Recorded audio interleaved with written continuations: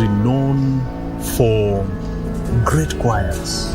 Over the years, St. Stephen's was also known as the largest church by then. Join us this Sunday for a special service as we celebrate the remarkable legacy of St. Stephen's Cathedral, live on KBC Channel 1 from 11 a.m. Are you a musician, music producer, vocalist, instrumentalist, or artist? Starting from the 26th of July to 2nd of August 2023, the National Youth Council is looking for that one unique identity youth song. The language of the song should be strictly either English or Swahili. Qualified contestants will be judged by industry experts supported by Permanent Presidential Music Commission, PPMC, and shared online under our official hashtags. Fursa Youth Challenge.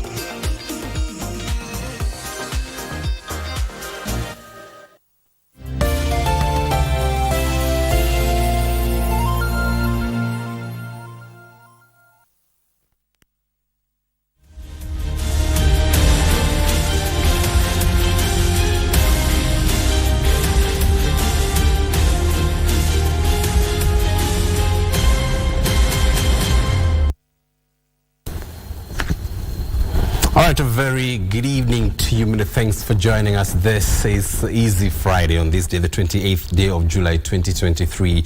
Tonight coming at what time? Let's see, a couple of minutes to 10 o'clock. We were coming to you live from Safaricom, where the Cabinet Secretary for Youth Affairs, Arts and Sports, that's Honorable Ababu Namwamba, who is jointly with Select Sports Federations hosting the inaugural Cabinet Secretary's Champions Reception. That's to celebrate and reward Kenya leading sports and creative talents. Good one right there. That's it. We need to bring you up to date with the news that's been shaping up tonight. Well, a win for the government tonight as the Court of Appeal lifts a suspension of the implementation of the Finance Act 2023, albeit temporarily. What next? Details coming up. That said, on Easy Friday, we also bring you some features. The savage netizens, those keyboard warriors, are quite savage at that. And we also bring you my culture. Now, to some, a camel is just a camel, an animal with a humped back and long slim legs and neck. But to residents of northern Kenya, there is more than meets the eye. Camels have significant cultural meaning. In our weekly segment, Mal Culture, tonight, we bring you the culture of camels. Good evening and welcome. This is Easy Friday. My name is John Kago. Well, and I am Weri Mujenga. Good evening now. Whereas burglars break into buildings, cyber attackers, on the other hand, invade the cyberspace and break into digital platforms. This is called hacking. Now, how safe is Kenya's cyberspace in view of the invasion that happened this week, affecting key online services like the eCitizen and M-Pesa? Tonight, two principal secretaries will help answer this important question. But first, let's day's highlights.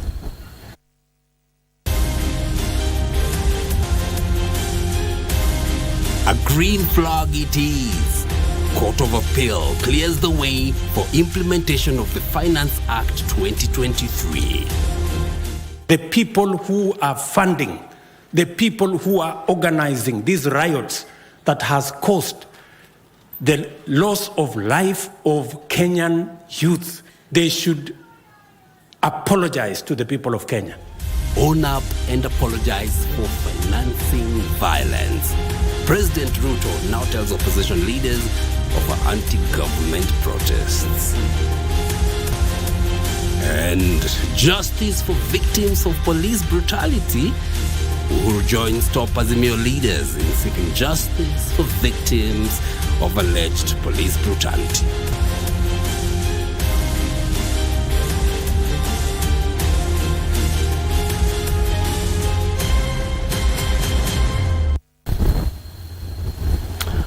All right, welcome to Easy Friday. Our sign language interpreter is Byron Abuli. The government is now free to implement the Finance Bill 2023 after the Court of Appeal lifted a ruling by the High Court that had shelved its implementation. A three-judge bench of the Appellate Court, comprising Justices Mohamed Warsame, Catherine Mainoti and Helen Omondi, said it had been persuaded by Treasury Cabinet Secretary Professor Njuguna Ndongo's appeal to grant the orders and set aside conservatory orders by the High Court on grounds that public interest tilts against stopping the implementation of that particular bill. Ruth Wamboi has the report from the corridors of justice. Lifting of the conservatory orders of the High Court by the Court of Appeal, which way Finance Act 2023. It is a win for the government as the Court of Appeal lifted orders suspending the Finance Act 2023. The appellate court's decision on Friday means the Finance Act 2023 can now be implemented by the government. What that means in essence is that the Finance Act now, as we speak, the Finance Act can be implemented in terms of all aspects of that particular act. To a large extent, the orders that have been issued as against the act by the court meant that it could not be easy for anyone to implement any aspect of that Finance Act. And the Finance Act is the arm that helps the government to collect. It's the mode that helps the government to collect taxes. The court ruled that the application by Treasury CS Professor Njuguna Ndongo through the Attorney General Justin Muturi as merit and suspended the High Court orders made on 10th of July 2023, stopping the implementation of the order. The implication of the appellate court ruling means that, among others, those employed will have to pay 1.5% housing levy beginning end of this month, and that the hike in VAT on fuel from 8 to 16% is now ring-fenced. Temporary. This is not to be confused by a final order. The trial is yet to start in the High Court. This is just but a temporary order, barring the state that has been lifted. If the Court of Appeal hears the matter and renders itself, either if it agrees with the High Court, then that's it, unless they go to the Supreme Court and convince the Supreme Court to hear the matter. But if they don't, then it will be the end of that issue and they have to revisit this and bring back a new Finance Act which is compliant. The three judges, Mohamed Wasarme, Kadhurema Minote, and Helen Omondi, ruled that there will be serious, irreversible economic consequences if the court did not lift the orders. The High Court on June 30 suspended the implementation of the Finance Act 2023, pending the determination of a petition filed by Senator Okiya Omtatah and 6 other activists. The division, the main suit, with regards to the questions raised by Senator Omtatah and the other petitioners has not been had.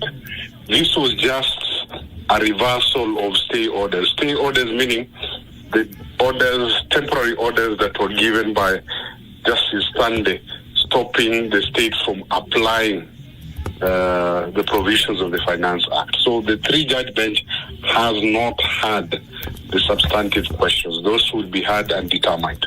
However, the lifting does not affect the three-judge bench fronted by Chief Justice Martha Koome, as they still have the main suit raised by the petitioners. From Milimani Lokots, I'm Ruth Wamboi.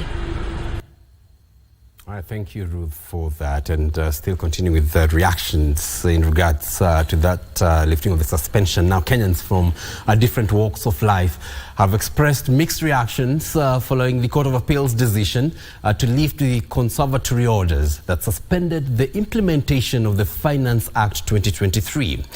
A majority interviewed by KBC Channel 1 say the move will worsen the already high cost of living due to, among others, the high prices of basic food commodities and fuel.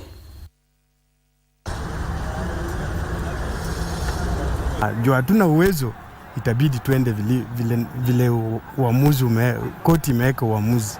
Even if you tell a Kenyan that you are going to tax him 65% of his salary, and you assure him of education, health, and housing, nobody will question. Wajibu watatekeleza hiyo sheria na njia ambao itafaidi Wakenya wote katika Jamhuri ya Kenya na kuondoa umaskini na kuleta maendeleo. Koti, ningependa kwanza kupongeza koti kwa hivyo imepitisha hiyo finance bill. Juu sasa serikali itaweza kupata pesa ya kutekeleza wajibu wake. Hii koti unaokota, tunakuomba usikubali iende mifuko ya vinara, usikubali iende mifuko ya waragai, usikubali yaende mifuko ambayo haifai. Tunakuomba rais wetu, chunga mali ya Wakenya, chunga taxes zetu. Kama mahakama imesema Kenya Kwanza itumie hiyo bill vile iko, hatutaiangalia baadaye, hakuna kitu tutaangalia baadaye. Hiyo itapita tu hivyo na itaenda hivyo. So saizi ni Mkenya anafaa awak hard sana, as in juu serikali imeshatoa hiyo ninio, imeshapatiwa ruhusa ya kufanya kazi na hiyo bill. Na the passing of the finance bill, it's a big blow to some of us as content creators. Juu kiangalia kuna watu wenye after campus hatujapata kazi, na cost of living venye iko sahihi, inabidi umetumia creative skills zako ndio one at least kitu ya kubuy food ama kujikeep kama youth. I don't know why content creators are also paying that tax, because I mean hiyo si kitu inaweza kuweka live for a while. All right, now President William Ruto has asked the opposition to apologize to Kenyans for financing violent protests that led to the deaths of innocent people and destruction of property. Speaking in Kilifi County, the president termed the protests as a threat to the country's economic development. Leaders accompanying the president demanded that the talks between President Ruto and opposition leader Raila Odinga be broadcast live to the public. President William Ruto, during his second day tour of coast, was in Kilifi County to launch a fish landing site at Kichochakati in Gomeni and issue over 7,000 national identity cards to members of the Pemba community who were recently recognized as Kenyans. The president used the opportunity to criticize Azimio One Kenya Coalition Party for mobilizing mass protests against the government. According to the head of state, the mass protests were only destructive and not beneficial to Kenyans. We cannot entertain destruction of property or life, and we cannot entertain destruction of people's business on account of political competition. It is not going to be in our equation to do that. It is regrettable. It is unfortunate. If they had not financed the anarchy, we would not have lost lives. We would not have lost property. We would not have lost public property. And going into the future, I hope all of us have learned the tough lessons of organizing violence and chaos. President Ruto now wants the opposition to apologize to Kenyans who lost their loved ones or property in the demonstrations. The people who are organizing these riots that has caused the loss of life of Kenyan youth, Kenyan people, that have destroyed people's business, that have destroyed public property, those people should be ashamed of themselves. They should apologize to the people of Kenya.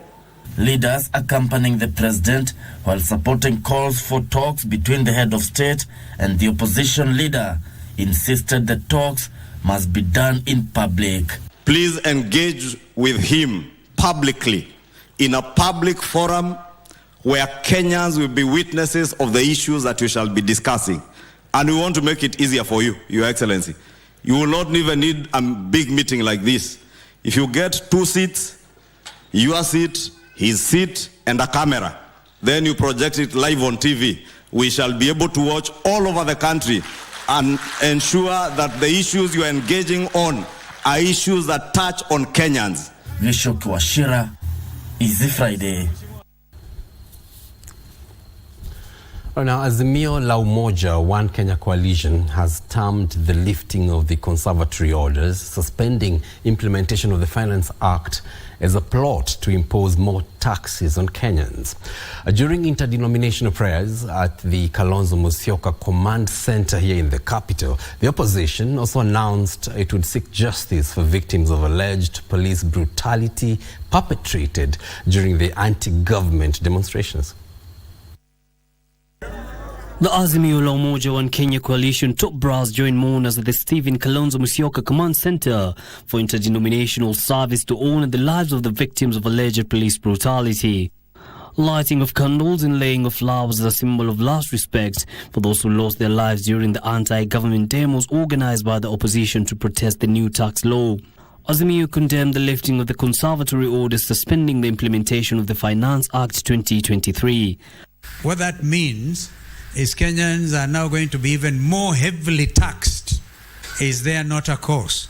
Opposition leaders also condemned the pockets of violence witnessed during protests, promising to seek legal redress. I was a victim of tear gas in Kangemi. When I came out and I was leading a peaceful demonstration, and all of a sudden they came and dispersed us. Article 37 is part of the Constitution of Kenya. You cannot stop what is provided for in the Constitution of Kenya. We are grateful for those police officers who, although armed to the teeth and with express orders to shoot and kill, still restrained themselves and saved lives. They may not have been the majority, but they were there. At the same time, the coalition launched the Citizens Emergency Fund to benefit those affected. Over 3 million shillings was contributed on the first day of the initiative. Former President Uhuru Kenyatta and Azimio leader Raila Odinga contributed 1 shilling each, while Wiper Democratic Movement leader Kalonzo Musyoka contributed 500,000 shillings. The contribution of our brother, President Uhuru Muigai Kenyatta, of 1 million shillings. I also want to acknowledge the contribution of our brother, Raila Amolo Odinga, of 1 million shillings. And I'm escorting them with 500,000 shillings. A leader must be your servant, and he who humbles himself shall be exalted, and he who exalts himself shall be humbled. Azimio further added that it has so far collected 8.2 million of the 15 million targeted signatures on its Tumechoka platform. The coalition says it will announce its next course of action on Sunday. Yusufar reporting for Easy Friday. All right, now Azimio la Umoja, One Kenya Coalition, has announced that it will institute judicial action at the relevant international agencies against what they claim to be excessive use of force by the police during the opposition-led protests that led to loss of lives. The coalition says the team of lawyers is piecing together evidence to support their cause. The coalition's members of parliament made this revelation in Kisumu today when they held interdenominational prayers for the alleged victims of those particular protests. Friday at the Jaramogi Oginga Odinga Teaching and Referral Hospital, a host of elected leaders from Nyanza region moving from one ward to another to convey their sympathy as well as financial support to alleged victims of anti-government protests. The team making public their next course of action. We have put together enough material, and we continue to put more material to lodge a case before the International Criminal Court, particularly on this aspect of genocide and mass killing of the Kenyan people of the Kenyan nation. Led by Rarieda and Homa Bay town legislators Otiende Amolo and Opondo Kaluma respectively, the opposition MPs said they have constituted a group of legal minds to gather evidence of what they termed as excessive use of force by the police to support their cause. Our observation from their own statements, which we have recorded and which we will be swearing affidavits in accordance, is that all of them have suffered various injuries. Most of them gunshot wounds. Others have suffered injuries injuries in terms of broken legs, broken hands, broken skulls. We are going to launch a petition with the African Union to open or establish the Office of Special Envoy to investigate police brutality in Kenya. International community, please, we are your friends. It is not about Raila, it is about Kenya. Come and help us. The leaders putting into question the alleged conduct of security officers during the protests. For Easy Friday, I am Wycliffe Okech. Let's focus on health now, and a section of religious leaders have committed to incorporating training and capacity building in their teachings in a bid to fight adolescent pregnancies, new HIV infections, and gender-based violence amongst the teenagers. In partnership with the National Council for Population and Development, together with the National Syndemic Disease Control Council, the religious leaders have pledged to end the triple threat diseases. Now, Dr. Mohammed Sheikh, Director General, National Council for Population and Development, opines that while teenage pregnancies have reduced from 18% in 2014 to 15% in 2022, countrywide, county statistics indicate Samburu and Meru have increased cases. Samburu, West Pokot, Marsabit, Samburu has like a 50% of girls aged below the age of 19 years. Most of them either having children or are pregnant. So those are really alarming figures. Counties like Meru, also very high teenage pregnancy.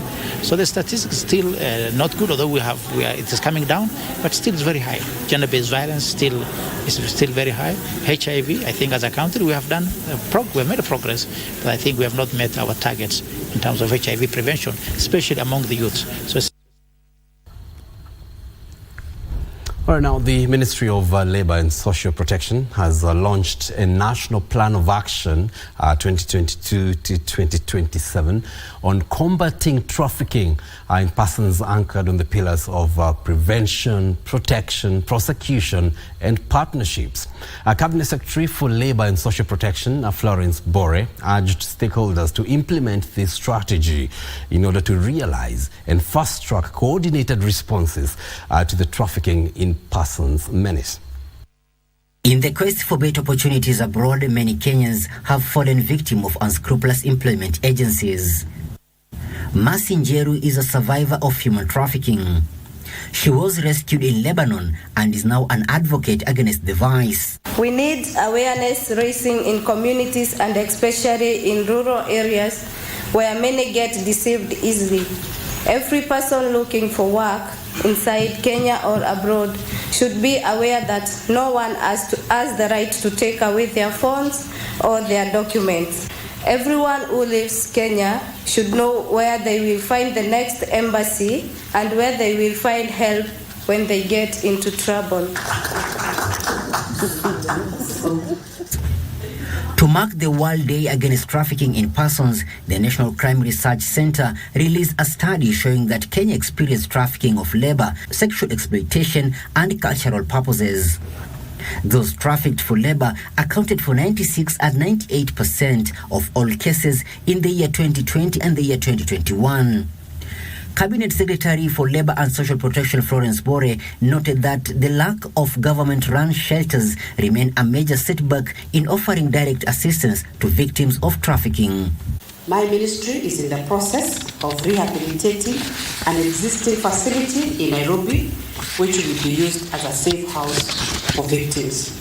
It is hoped that once the rehabilitation is complete, it will act as a screening and rehabilitation center for victims in order to empower and protect them from being trafficked.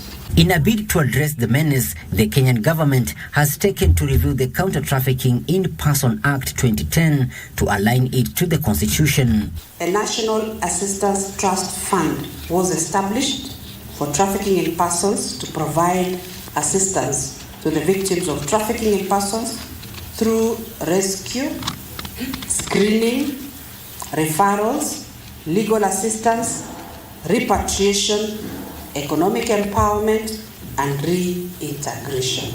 Is providing trauma-informed care to victims. We need advocates holding governments accountable, and we need communities coming together to support survivors. The World Day Against Trafficking is marked annually on 30th July. The day is set aside to raise awareness, encourage vigilance, and rally public support for prevention of trafficking in persons. This year's theme is Reach Every Victim of Trafficking in Persons. Michael Mondiga for Easy Friday. All right, now residents from mineral-rich parts of Kitui County are appealing to the county government to come to their rescue and protect them from rogue mining investors. According to the residents, most investors who come to the region either to prospect or mine minerals do not care about the plight of the locals or their rights. This and more in our county news roundup. The residents expressed their concerns during a forum convened by the Center for Human Rights and Civic Education, a Kitui-based human rights organization, to validate a report highlighting the plight of residents, many of who are languishing in poverty despite owning land rich in minerals. Maombi yangu kwa niaba ya watu wa Midhikwani ni tupatiwe ruhusa through the county government, through administration, tuweze kuchimba hiyo kopa ndio tusaidie watu wa Midhikwani. Elsewhere in Kirinyaga County, Kirinyaga Central Deputy County Commissioner Charity Gatobo has urged citizens to embrace the President's vision towards planting over 15 million trees in 5 years. I am urging people of Kiruwea to go back there. When you cut tree, please make sure you replace with 3 so that we'll be able to cover our forest again. In Nyahururu, over 50 youths have benefited from a 2-month digital literacy program. The program, organized by Elimu Tech, a community-based organization, will see the youth acquire computer skills that they can commercialize on the internet. We have been complaining that we don't get opportunities from the government, but now it is time to create those opportunities ourselves. And a family in Eldoret is in agony following the unfortunate death of their son Brian Kiprop, who was pursuing a degree in information communication technology at Winnipeg University in Canada. He was under certain pressure because the way for interrogation the police waliona he had a psychological something.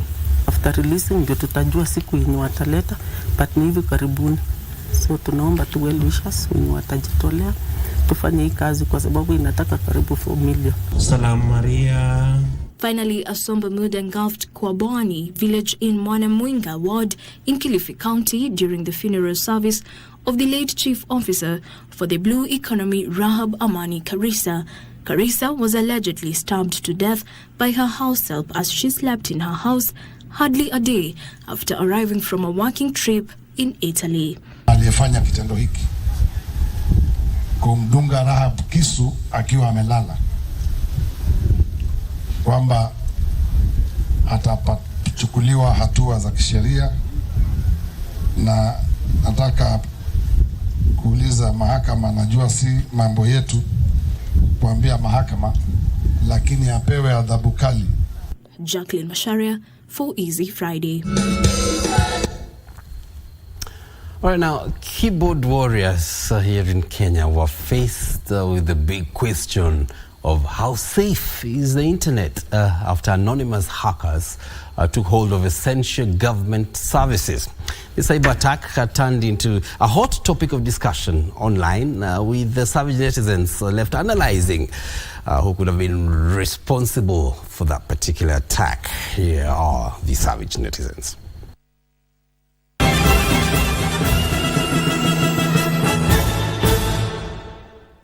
This week, netizens found out how vulnerable they are to cyber attacks. So let's find out how they reacted to it. Have you ever heard of cyber attacks? Of course. The online space is a realm filled with tech-savvy gurus who seem to know it all. So you definitely know a thing or two about it. This week, Kenya's e-citizen platform came under a threat from unknown hackers. Netizens seemed convinced that Anonymous Sudan, an online group, was behind the cyberspace invasion. The likes of Jacqueline wondered, how safe is our data? And the confirmation from Information Communication and the Digital Economy Cabinet Secretary Eliud Owalo left netizens speculating further. To me, that is not strange, because cyber attack is predominant the world over. General with a bit of an age tweeted, "This is embarrassing. Don't we have a strong firewall?" Lynn opined, "This is not a light matter, by the way. This is very serious. Go and ask your grandfather." But there is never a dull moment online. The hack soon turned into another fun topic. Robert cheekily observed, "So these gentlemen can help us in fixing that small issue of IEBC." Tom responded, "A country full of drama." Steve was skeptical. When everything will be back to normal, people will be seeing zero balance in their bank accounts.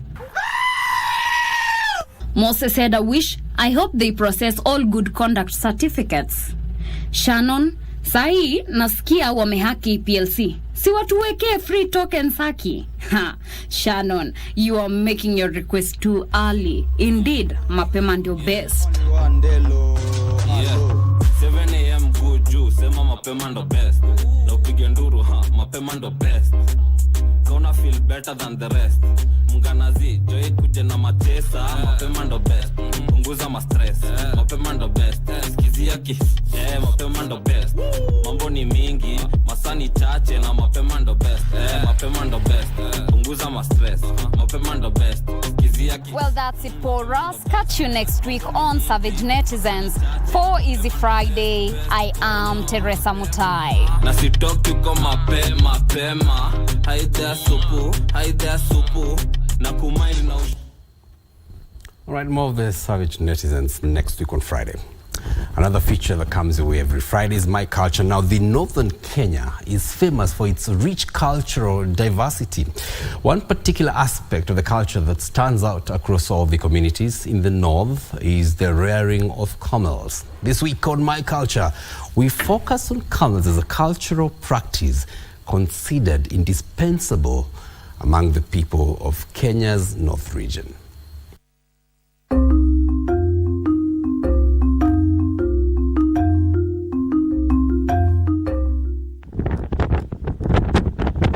As the clock strikes 6:30 in Mandera, the early morning tranquility is interrupted by the arrival of camel milk from farmers in different parts. Herders and their camels, having traveled a long distance, make their way into the town where a bustling scene unfolds.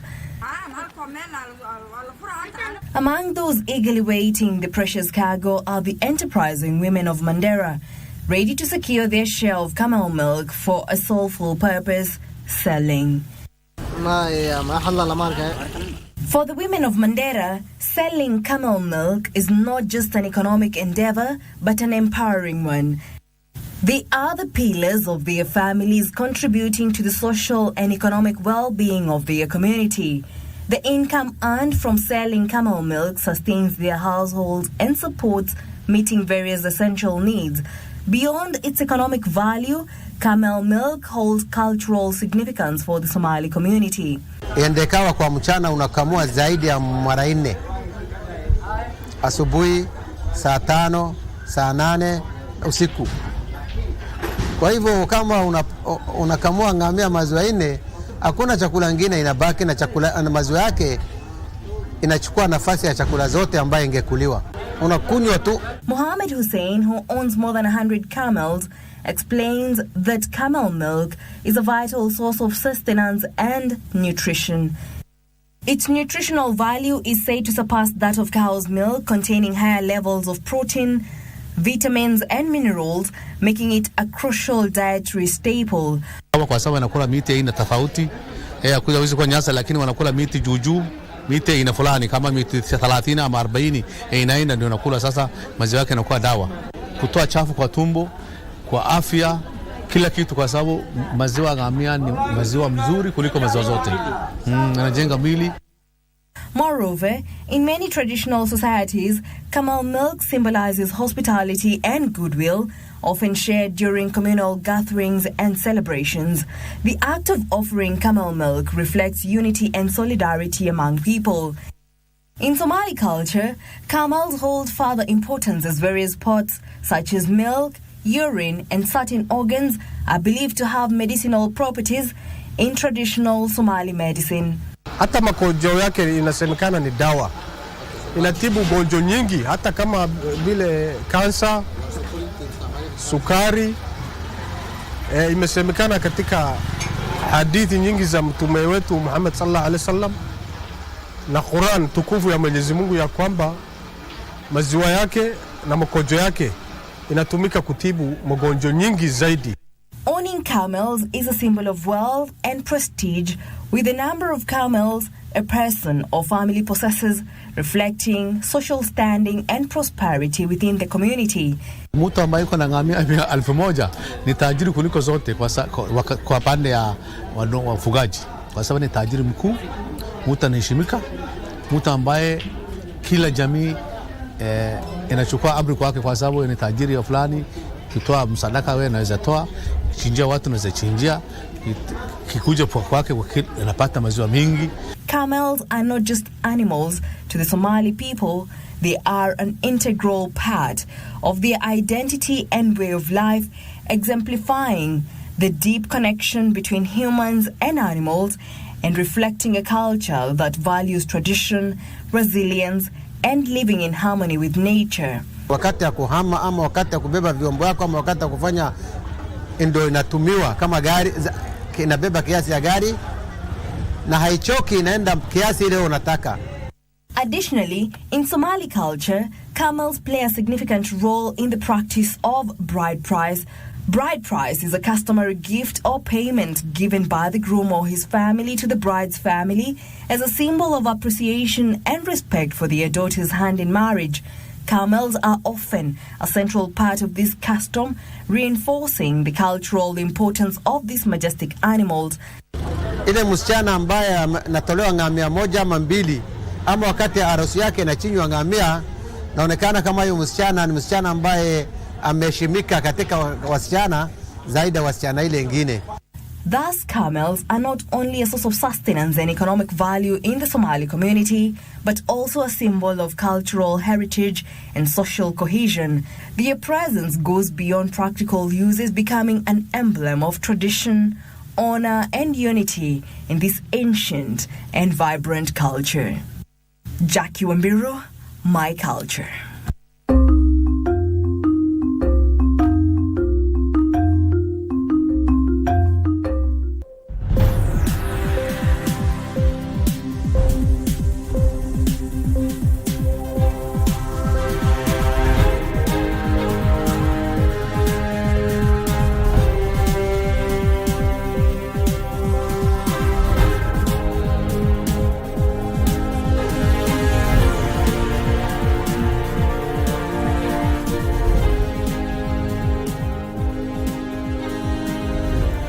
Well, thank you, Jackie Wambiru, for that. Now let's take a look at the world of business, and we take a deep dive into the cyber attack that we have been experiencing in the last 1 week. Now, Information Communication and the Digital Economy Cabinet Secretary Edward Owalo has assured Kenyans that their data on eCitizen platform is safe.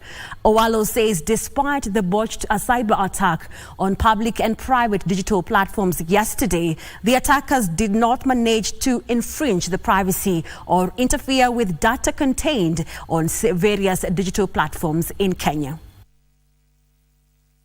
Information, Communication and the Digital Economy Cabinet Secretary Eliud Owalo confirmed it was a botched cyber attack, saying the mitigation framework around the system repulsed the attempt.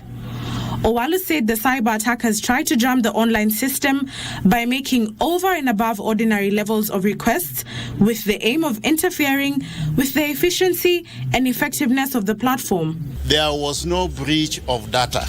There was no infringement on the privacy and security of our data. So I want to assure all Kenyans that our data is safe. Our mitigation framework around the system repulsed that attempt. He said a technical team from the government managed to restore the system, and Kenyans should feel free to explore government digital services. As at last evening, our technical people have addressed that issue, and we are now back to operation. No access to any information. He said the cyber attacks will not deter the government's efforts in providing key services through digital platforms, noting that already more than 5,000 government services are offered through digital platforms. We have addressed the current challenge. Long term, I want to also assure Kenyans that we have got adequate technical capacity within government to put in place an elaborate mitigation framework for purposes of ensuring that we have got data privacy and data security so that we have sustainable digital transformation. He made the remarks when he launched the Jitume Digital Laboratories in Mathioya and Michuki Technical Institutes in Murang'a County, which are part of plans to boost digital literacy and provide a platform for young people to exploit online jobs. Ask the youth to ensure that they take advantage of this particular platform so that as they work, they can also earn. Nduta Mukami for Easy Friday. Now, still on cybersecurity, the government is working with relevant agencies to fully restore all services and websites targeted by cyber criminals. Speaking after taking a tour of the National Computer Incident Response Team Coordination Center, Telecommunication and Broadcasting Principal Secretary Professor Edward Kisiangani said some platforms are still experiencing intermittent interruption, but from tomorrow, all government services will be operational. Senior officials from the Ministry of Information, Communication and the Digital Economy led by Telecommunication and Broadcasting Principal Secretary Professor Edward Kisiangani, Communications Authority of Kenya Director General Ezra Chiloba and KBC Acting Managing Director Samuel Minor were on a tour of the National Computer Incident Response Team Coordination Center where monitoring of live cyber activity happens. The multi-agency team has pooled resources to block and detect hacking attempts on various online platforms in Kenya. They said cyber attacks had intensified with over 11 million cyber attacks detected in the last 1 month. The most important thing is whether the country has the capability to deal with the attacks. That we can't stop those attacks from coming in. Do we have the capability? Yes, 100%, probably 110%. So the public shouldn't worry about it. Is Kenya prepared to deal with them, to mitigate any negative impact that is likely to arise? And we can say that on a daily basis, we do that, and that's why this digital space has been operating efficiently and effectively. At the time of the tour, live cyber threat map indicated that 958,855 attacks are detected daily. Professor Kisiangani says the government is in the process of restoring all online government services. Where there were hitches, by tomorrow everything will be back. We are happy. We've actually turned the corner. We're out of that risk area. While assuring Kenyans that no data was breached, Professor Kisiangani said the cybersecurity infrastructure is being upgraded. We cannot sit back and say the infrastructure we had 10 years ago will continue working for the next 20 years. Our job as government is to make sure we upgrade this infrastructure every other time, and whenever we have threats like this, missiles being launched, we must upgrade our infrastructure. 8 out of 10 government services have been restored on the eCitizen portal after a foiled cyber attack downed public services on the popular online platform. Information and Communication Principal Secretary Engineer John Tanui says the government has already implemented a raft of measures to safeguard online government systems. The ICTPS says there has been no data breach yet, with the government deploying state-of-the-art defense and deterrent measures. The online services are experiencing major delays, with government IT experts working to restore the system. The world is facing a new challenge: cyber warfare. And cyber criminals are becoming more innovative, more bold, and even more daring. And this calls for a collaborative approach between the public and the private sectors to create more deterrents as well as defensive mechanisms. This week, cyber criminals have been directing their guns on Kenya with a major hacking attempt. The government says a group calling itself Anonymous Sudan has been trying to hack Kenyan online systems, though their attempts have been thwarted by Kenyan security defense systems.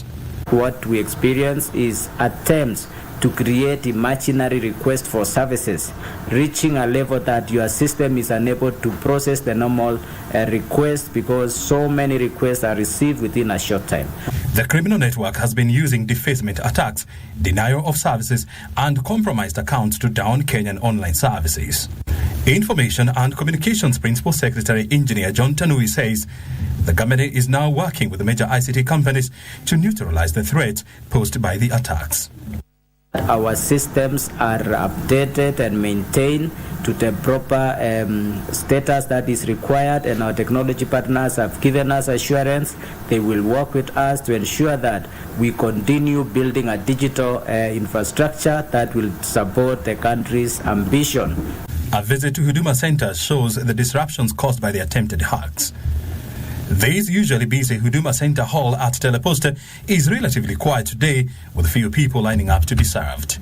The ICTPS says all the attention has now been directed towards stabilizing the e-citizen platform, while at the same time boosting the country's cyber warfare defense.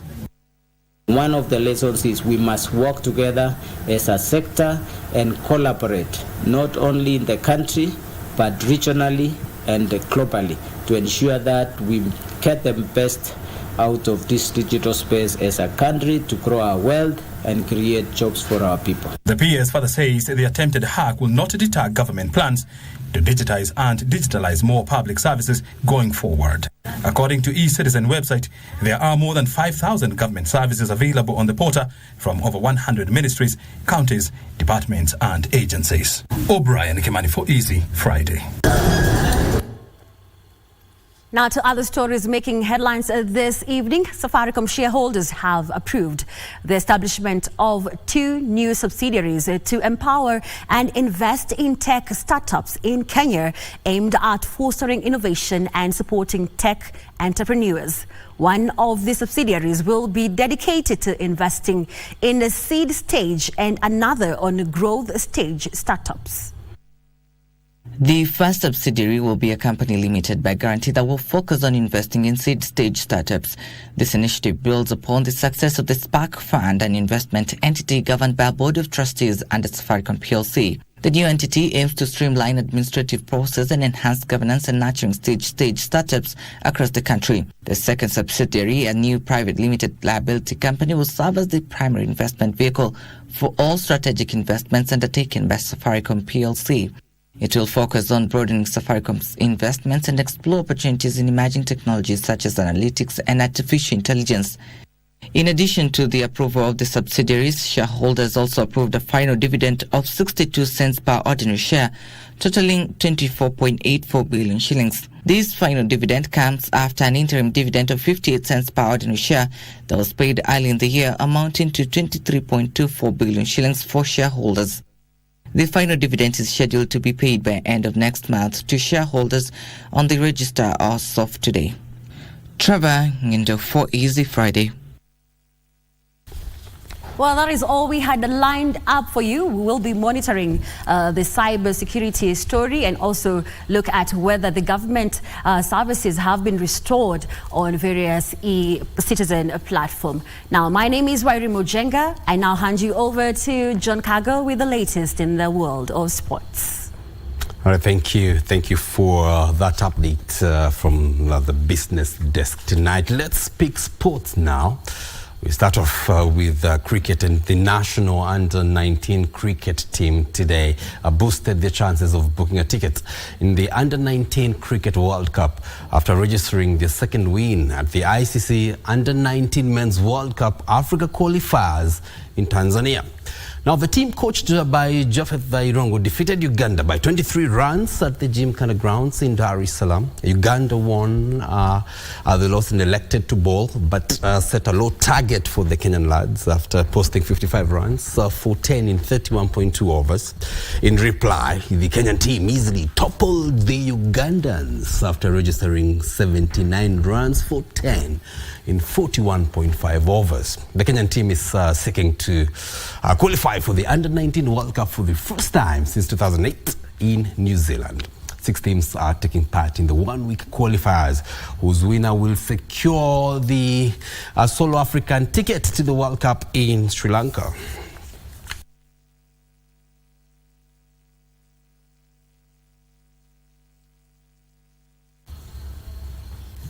All right, then now 6 players will represent Kenya at the World Deaf Tennis Championships set for next month in Greece. The players were selected after culmination of a 2-day national championships at the National Safari Club.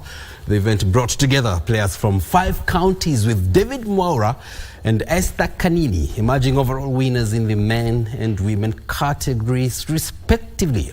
The 6 selected players will proceed for a residential training camp before departure. From last year, we had the same challenge, and I also number 1, but it wasn't a good game for me. It was fair, but this time, I thank God. I have improved very much. It's not my first competition.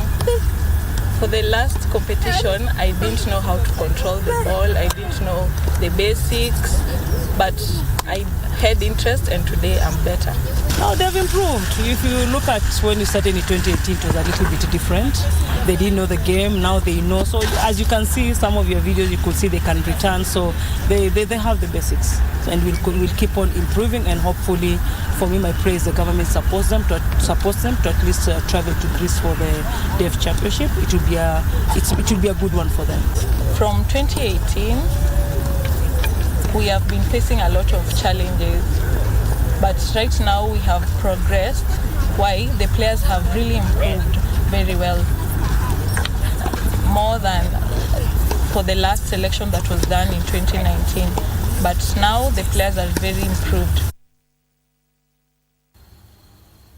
All right, then let's speak about the Women's World Cup. And England are on the brink of last 16 qualification in the Women's World Cup after a much improved performance saw off Denmark by a 0-0 at the expense of their key midfielder Kago Walsh to a worrying injury. In another match, China earned their first victory at the World Cup by beating Haiti by a 0-0 as well in Group D, despite playing for more than an hour with only 10 players.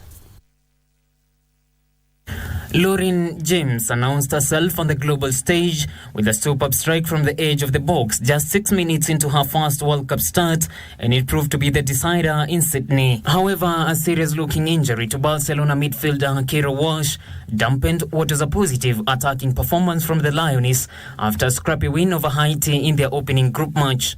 The sight of an injured Walsh, arguably England's most crucial player, flattened the atmosphere in Sydney Football Stadium, dominated by Lioness supporters. Denmark capitalized on the change of mood, creating a chance for ex-Chelsea striker Pernille Harder, which is scuffed wide, though England's half-time lead was deserved. England cannot confirm a place in the last 16 until they face China in their final Group D match on Tuesday, while Denmark faces Haiti and can still qualify.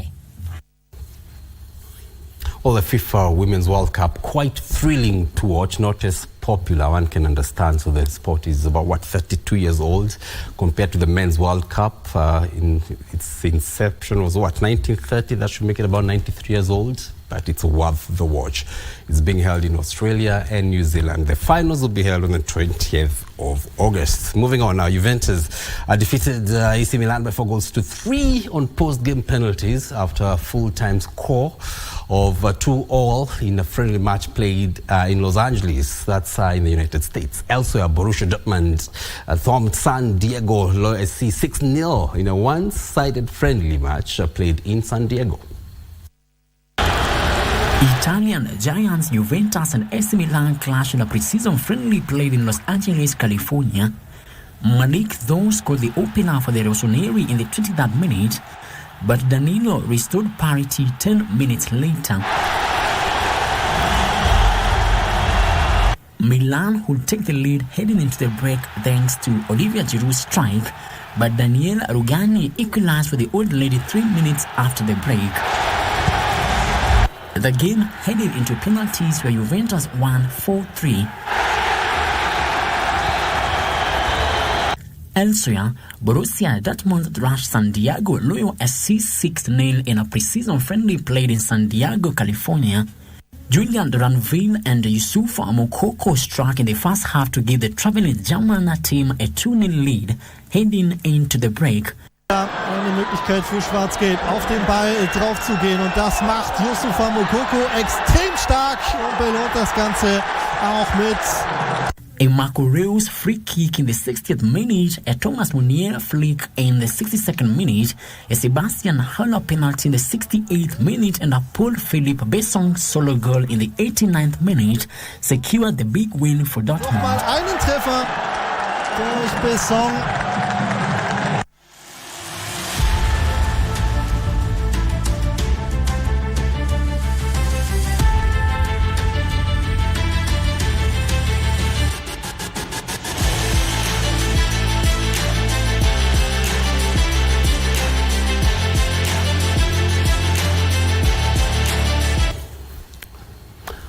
Well, and that sporting update puts a cap on Easy Friday tonight. Many thanks indeed for choosing us tonight. Coming up next is the second part of Easy Friday, where DJ Cole Jax takes over with disco funk and a whole lot of good music. You need to stick around for that. On behalf of the team, my sign language interpreter has been Byron Abuli. My name is John Kago. Enjoy the rest of your viewing. Good night. So long.